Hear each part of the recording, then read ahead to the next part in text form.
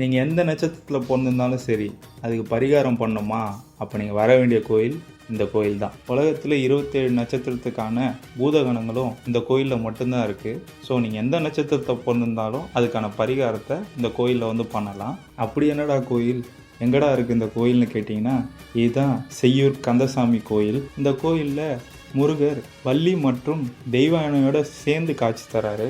ஏன்னா முருகரே தன் பாவத்தை போக்க பரிகாரம் பண்ணுறதுக்காக தான் இந்த கோயிலில் எழுந்தருளி இருக்காரு. ஸோ நீங்களும் வந்தீங்கன்னா உங்களுடைய பாவத்தை போக்கி பரிகாரம் பண்ணுறதுக்கு இது ஒரு நல்ல கோயில். இந்த கோயிலை கூகுளில் செய்யூர் கந்தசாமி கோயில்னு சர்ச் பண்ணிங்கனாலே வரும்.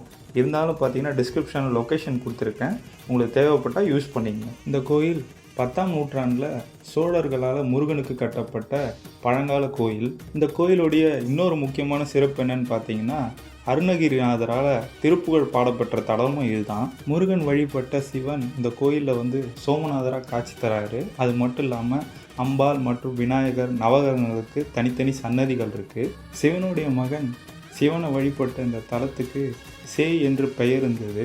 அந்த பேர் தான் பிற்காலத்தில் சேயூர்ன்றது செய்யூராக வந்து இப்போ இருக்குது. என்னோட நட்சத்திரம் பார்த்தீங்கன்னா சுவாதி. அதுக்கான வேதாளம் என்னன்னு பார்த்தீங்கன்னா ஆனந்த குகபக்த வேதாளம்.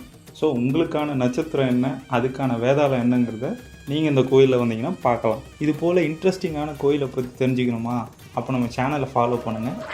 சூரியன் தொடர இடம் நம்ம ராஜ்யம். ஆனா ஒரு அரசனோட ஆட்சி காலம் அந்த சூரியன் மாதிரியே உதிக்கும் மறையும். ஒரு நாள் என்னோட ஆட்சியில மறையிற இதே சூரியன் புது அரசனான உன்னோட ஆட்சியில உதயமாகும். நீ யாருங்கிறத எப்பவுமே மறந்துடாத. வாழ்க்கைங்கிற வட்டத்துல ஓ இடத்தை நீ பிடிக்கணும்.